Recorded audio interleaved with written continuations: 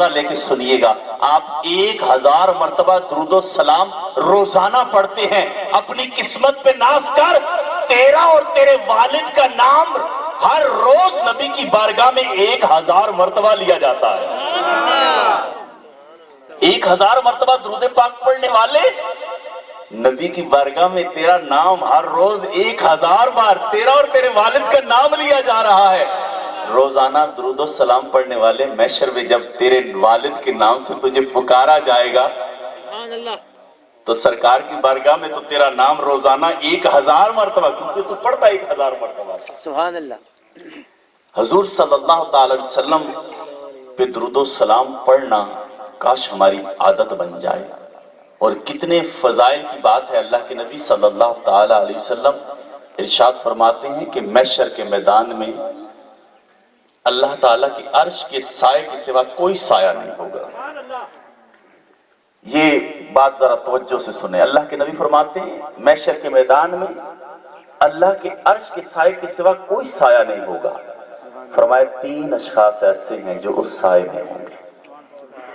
50,000 سال کا ایک دن ہوگا, سورج 1.25 میل پر رہ کر آگ برسا رہا ہوگا, نفسا نفسی کا عالم ہوگا, اور اتنی شدید گرمی ہوگی کہ لوگ پسینوں میں ڈبکیاں کھا رہے ہوں گے. کسی کے پسینے ٹخنوں تک, کسی کے گھٹنوں تک, کسی کے ناک تک, اور کسی کا پسینہ کندھوں تک, اور کوئی پورا پسینے میں ڈوبا ہوا ہوگا. ایسے سختی کے عالم میں, ایسے کڑے دن میں اللہ کا عرش کا سایہ ہوگا, اور اس سائے میں 3 خوش نصیب ہوں گے. پہلا کون؟ اللہ کے نبی صلی اللہ علیہ وسلم فرماتے ہیں جو میرے کسی امتی کی پریشانی کو دور کر دے. اے یتیموں کے آنسو پہنچنے والوں, غریبوں کی مدد کرنے والوں, پڑوسیوں کے حقوق ادا کرنے والوں, بہن کو بہن کا حق دینے والوں, ماں کو ماں کا حق دینے والوں, بیوی کو بیوی کا حق دینے والوں, بچوں کو بچوں کا حق دینے والوں, اور جو مسلمان ہے اس کو عزت دینے والوں. کتنا بڑا اعزاز ہے. اللہ کے نبی فرماتے ہیں جو میرے کسی امتی کی پریشانی دور کرے, تکلیف دور کرے. یہ پڑھنے کے بعد میں سوچنے لگا کہ اگر پریشانی دور کرنے, تکلیف دور کرنے کا اتنا اجر ہے, تکلیف دینے کا عذاب کیسا ہوگا؟ جو تکلیف دیتے ہیں زبان سے, ہاتھ سے, اپنے پڑوسیوں کو, اپنی بہن کو, اپنے بھائی کو, ارے دکھ دور کرنے کی فضیلت تو یہ ہے, تکلیف دینے کا عذاب کیا ہوگا؟ فرمایا اللہ رب العزت کے عرش کے سائے کے سوا کوئی سایہ نہیں ہوگا. اس سائے میں ایک وہ شخص ہوگا جو میرے کسی امتی کی تکلیف دور کر دے, اور دوسرا ارشاد فرمایا میری سنت کو زندہ کرنے والا, اور تیسرا مجھ پہ کثرت سے درود و سلام پڑھنے والا. درود و سلام پڑھنے والے کو اللہ کا عرش کا سایہ نصیب ہو رہا ہے. میں نے درود شریف کے حوالے سے بہت کچھ آپ کو سنانا تھا, لیکن سورج غروب ہوتا ہوں مجھے بتا رہا ہے کہ میں اس کو بالکل شارٹ کی طرف لے کے جاؤں. میرے پیارے بھائی, ابھی تک تو نے دل جمی سے درود اگر نہیں پڑھا تو کب تو شروع کرے گا؟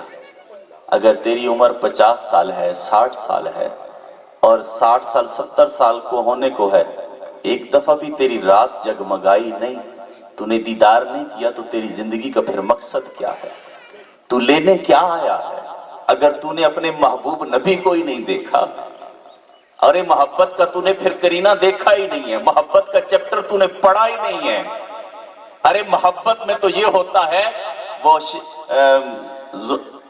شیخ سعدی رحمۃ اللہ علیہ نے, مولانا روم نے لکھا ہے, مولانا روم لکھتے ہیں کہ مجنو جو تھا نا, مجنو یہ لیلا کی گلی سے کتا گزر کے آیا, اس کتے کے پاؤں چوم رہا ہے. کسی نے کہا ارے مجنو یہ کتا ہے, نجس ہے. کہا ابھی میری لیلا کی گلی سے گزر کے آیا ہے. ارے وہ کتے کے پاؤں چوم رہے, کیوں؟ وہ لیلا کی گلی سے گزر کے آیا ہے. اے محبت کرنے والے, تیری محبت کیسی ہے؟ ابھی تک تو نے اپنے محبوب کی یاد کا چراغ جلایا ہے؟ ابھی تو نے اپنے محبوب کی یاد میں آنسو بہائے ہیں؟ ابھی تو نے اپنی کوئی کیفیت ایسی بنائی ہے؟ نہیں تو پھر کرم کب ہوگا؟ کرم کی بارشیں کب ہوں گی؟ اور جو دل سے چراغ جلاتے ہیں کرم ہوتا ہے. شیخ سعدی رحمۃ اللہ علیہ کلام لکھتے ہیں سرکار کی بارگاہ میں, بلغ العلا بکمالہ کشف الدجی بجمالہ حسنت جمیع خصالہ. یہ شعر 3 لکھے, ربائی لکھنی تھی, بات پوری ہو گئی.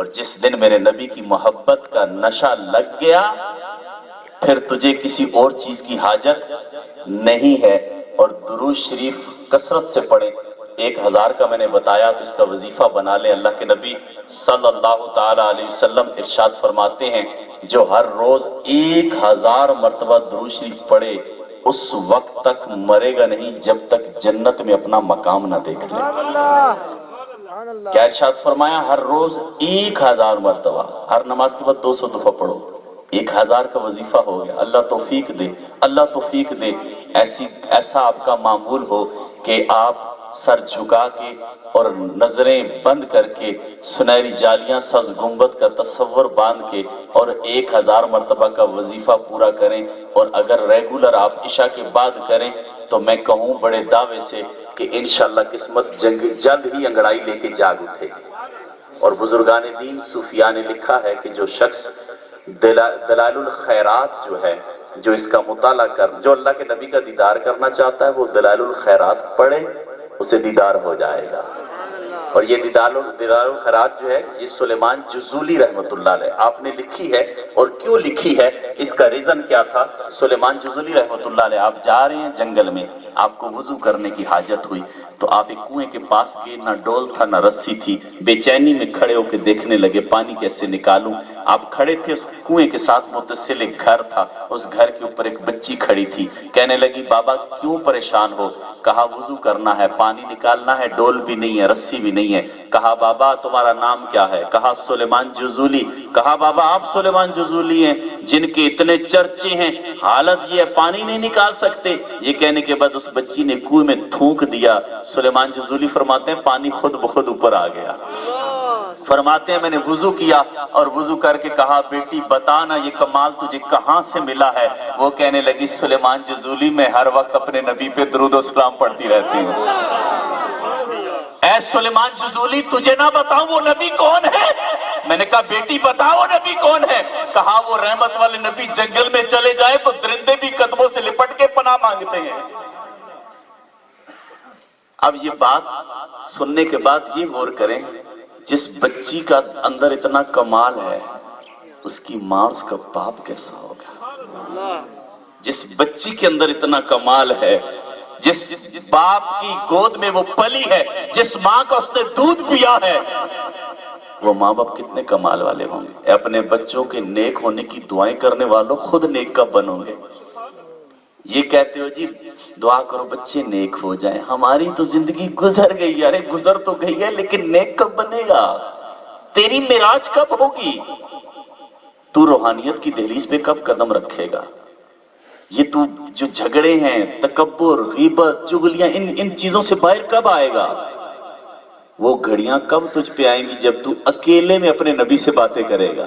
عمر فاروق کا دور ہے نا. عمر فاروق رات کو مدینے کی گلیوں میں گھوما کرتے تھے. ایک رات مدینے کی گلیوں میں گھوم رہے ہیں کہ آپ نے ایک آواز سنی تو آپ پر ایک دم جلال طاری ہو گیا. آپ نے درہ اٹھایا، آپ نے فرمایا یہ آواز تو کسی عورت کی ہے، یہ تو مدینے میں فتنہ برپا کر کے رکھ دے گی. اتنی آواز میں اس کے درد ہے، اتنا اس کی آواز جادو ہے اس کی آواز میں. آپ درہ اٹھاتے ہیں، تیز تیز قدموں سے چل پڑتے ہیں. اس آواز کے تعاقب میں یہ کون سی عورت آدھی رات کو کیا گاتی ہے، یہ پورے مدینے میں فتنہ برپا کر دے گی. آپ تیز تیز جا رہے ہیں. جب اس آواز کے قریب پہنچتے ہیں تو قدم تھمنے لگتے ہیں. قدم تھمنے لگے کیونکہ وہ آواز کسی گانے کی نہیں تھی، وہ نبی کی نعت کی آواز تھی. عمر فاروق قدم تھمنے لگے جیسے جیسے اس گھر کے قریب پہنچتے ہیں. اب جب اس گھر کے پاس پہنچ